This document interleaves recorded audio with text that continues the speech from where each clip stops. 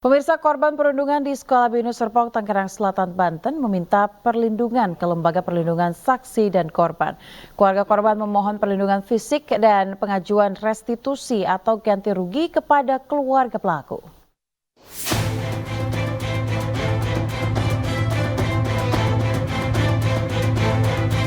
Korban perundungan di Sekolah Binus Serpong, Tangerang Selatan, Banten meminta perlindungan ke Lembaga Perlindungan Saksi dan Korban.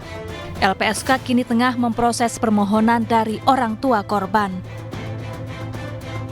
Bentuk permohonan yang diajukan adalah program perlindungan fisik. Selain itu, korban juga meminta fasilitasi penghitungan ganti kerugian dalam bentuk restitusi. Sebelumnya, artis sekaligus orang tua pelaku perundungan, Vincent Rompis, selesai diperiksa polisi di Mapolres Tangerang Selatan, Banten, Kamis malam.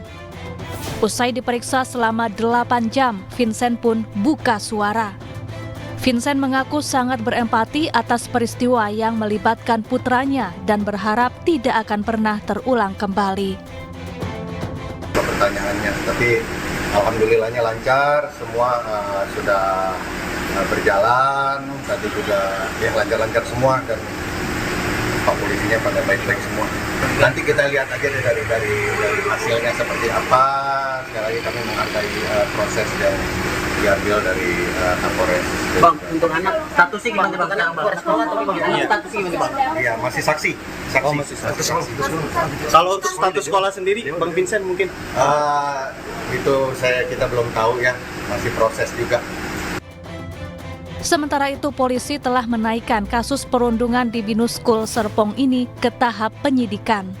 Polisi menerapkan pasal 170 KUHP tentang pengeroyokan dan pelanggaran Undang-Undang Perlindungan Anak. Hingga kini 11 saksi telah diperiksa polisi. Adapun para pelaku termasuk anak Vincent dikeluarkan dari sekolah. Sedangkan pelaku yang tidak terlibat namun melihat dan mengetahuinya dijatuhi sanksi disiplin keras. Akibat perundungan yang dilakukan kakak kelas, korban dirawat intensif di rumah sakit karena menderita luka bakar dan memar. Perundungan diduga dilakukan di sebuah warung yang lokasinya tak jauh dari sekolah. Tim Liputan iNews melaporkan. Pemirsa, 2 korban dugaan pelecehan seksual oknum Rektor Universitas Pancasila menjalani pemeriksaan psikologi forensik di Rumah Sakit Polri, Jakarta.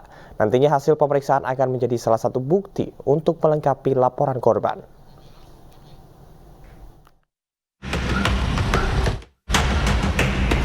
Didampingi kuasa hukumnya, 2 perempuan yang diduga menjadi korban pelecehan seksual menjalani pemeriksaan psikologi di Rumah Sakit Polri Kramat Jati, Jakarta Timur.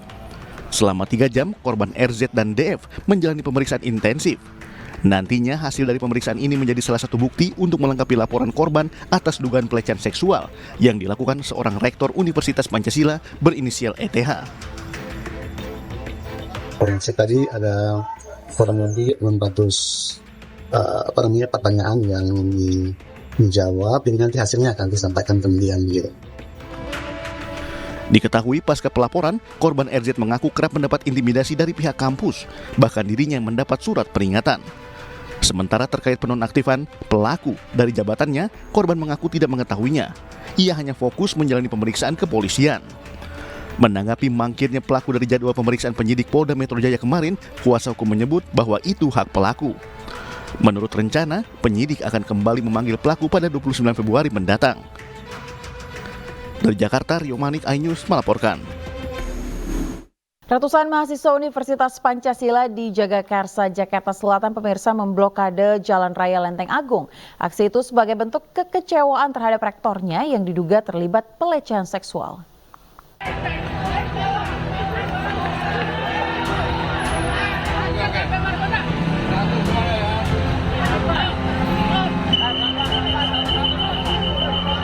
Aksi mahasiswa Universitas Pancasila memanas setelah sempat terlibat kericuhan dengan petugas keamanan. Dalam aksinya mereka juga memblokade Jalan Raya Lenteng Agung. Aksi ini merupakan simbol kekecewaan mahasiswa terhadap rektor dan menuntut keadilan untuk korban.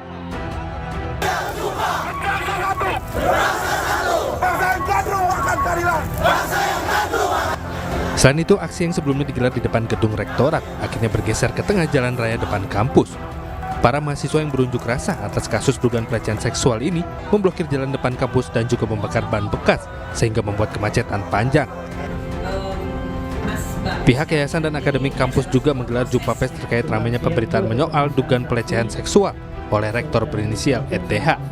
Dalam jumpa pers tersebut, pihak yayasan mengatakan telah menandatangani surat pemberhentian sementara rektor ETH. Yayasan kemudian rapat hari Senin memutuskan akan dinonaktifkan sampai tanggal 14 Maret berakhirnya masa bakti. Sementara itu, 2 korban dugaan pelecehan rektor Universitas Pancasila mengajukan permohonan perlindungan ke Lembaga Perlindungan Saksi dan Korban. Pihak LPSK kini telah melakukan penelaahan dan pendalaman dengan meminta keterangan korban dan pihak kepolisian. Dari tim liputan iNews melaporkan. Pemirsa, viral video aliran sesat yang memperbolehkan jemaahnya untuk bertukar pasangan di Blitar, Jawa Timur. Ternyata video tersebut hanya sebuah konten dan fiktif belaka.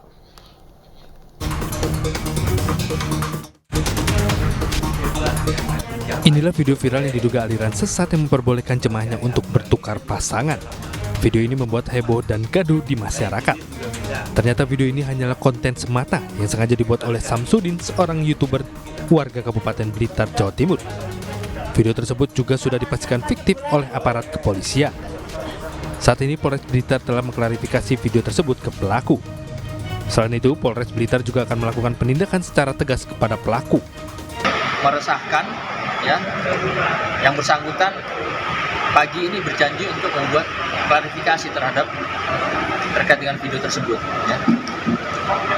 Yang jelas ini meresahkan dan kita perlu. Anda kembali di iNews Pagi, pemirsa. Ratusan warga di Lombok Tengah menyerbu beras murah seharga Rp10.000 per kilogram. Warga rela berdesak-desakan demi mendapatkan beras di tengah harga beras yang terus melonjak tinggi.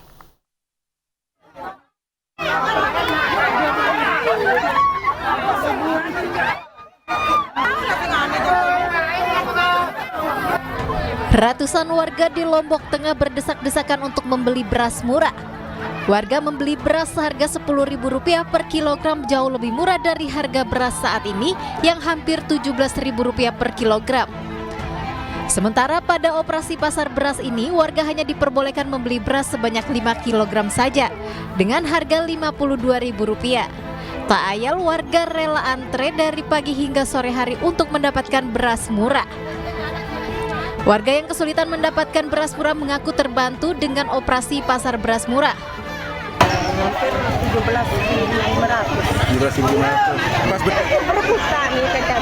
Berebutan sama warga lain. Dapat. Bu, senang ya dapat beras? Iya senang, karena ada beras di rumah. Berdasarkan keterangan dari Kabid Ketahanan Pangan Lombok Tengah, total beras yang didistribusikan sebanyak 5 ton untuk 5 mitra. Sementara dalam 2 kali penyaluran, beras langsung ludes di serbu warga. Mitra Bulog ada 5 di Renteng ini, ya. Itu masing-masing 1 ton untuk sekali, dalam seminggu 2 kali. Masyarakat berharap harga beras dapat segera turun dan kembali normal. Dari Lombok Tengah, Emma Widiati, iNews melaporkan.